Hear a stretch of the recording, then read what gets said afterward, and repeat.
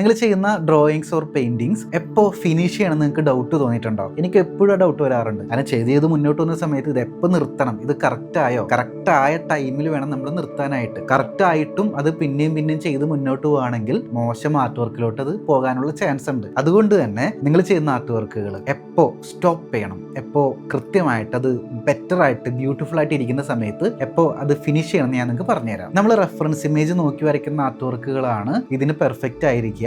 ഇതിനു വേണ്ടി ഒരു മൊബൈൽ ആപ്പ് നമ്മൾ യൂസ് ചെയ്യുന്നുണ്ട്. മൊബൈൽ ആപ്പിന്റെ ഡെമോൺസ്ട്രേഷൻ ഞാൻ നിങ്ങൾക്ക് കാണിച്ചു തരാം. ഇതിനു വേണ്ടി നിങ്ങൾ ഇൻകൊളാഷ് എന്ന് പറയുന്ന ആപ്പ് വേണം ഡൗൺലോഡ് ചെയ്യാനായിട്ട്. ഇതാണ് ആപ്പ്. ലോഗോ ഇതുപോലെ ഇരിക്കും. അത് ഡൗൺലോഡ് ചെയ്യുക, ഓപ്പൺ ചെയ്യുക.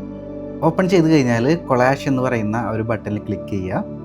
ക്ലിക്ക് ചെയ്തിട്ട് നമ്മുടെ ഫോണിലുള്ള റെഫറൻസ് ഇമേജും അതുപോലെ തന്നെ നമ്മുടെ ഡ്രോയിങ്ങും ഒരുമിച്ച് സെലക്ട് ചെയ്ത് നെക്സ്റ്റ് കൊടുക്കുക. നെക്സ്റ്റ് കൊടുത്തു കഴിഞ്ഞാൽ ഇത്തരത്തിൽ വരും. ഇത് കണ്ടോ? അപ്പോൾ നമുക്ക് സൈഡ് ബൈ സൈഡ് ആയിട്ട് നമ്മുടെ റെഫറൻസ് ഇമേജും ഡ്രോയിങ് കൂടി വെച്ച് അത് കമ്പയർ ചെയ്ത് നോക്കാനായിട്ട് സാധിക്കും. നിങ്ങൾക്കൊന്ന് ഇവിടെ നോക്കിയേ, ഈ കൈയാണ് ഞാൻ ചെയ്തിരിക്കുന്നത്. സോ കൈയുടെ ഷേപ്പ് കണ്ടോ? ഈ ഒരു ഭാഗത്ത് കണ്ടോ?